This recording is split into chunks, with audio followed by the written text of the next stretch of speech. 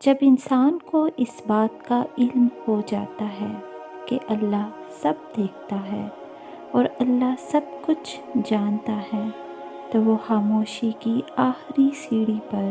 پہنچ جاتا ہے، جہاں کسی سے کوئی شکوہ نہیں رہتا، جہاں دل شکایتیں نہیں کرتا،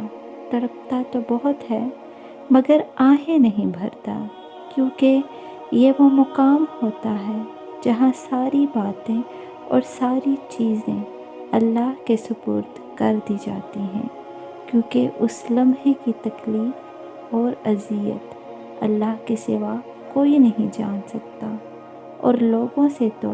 ویسے بھی کوئی توقع نہیں رکھنی چاہیے،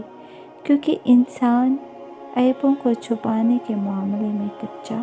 اور عیاں کرنے کے معاملے میں بہت پکا ہوتا ہے۔ یہ بس اللہ ہی ہے جو پردہ رکھتا ہے۔ شکر کیا کریں کہ انسان خدا نہیں ہے، ورنہ یہ کائنات رہتی اور نہ کوئی انسان۔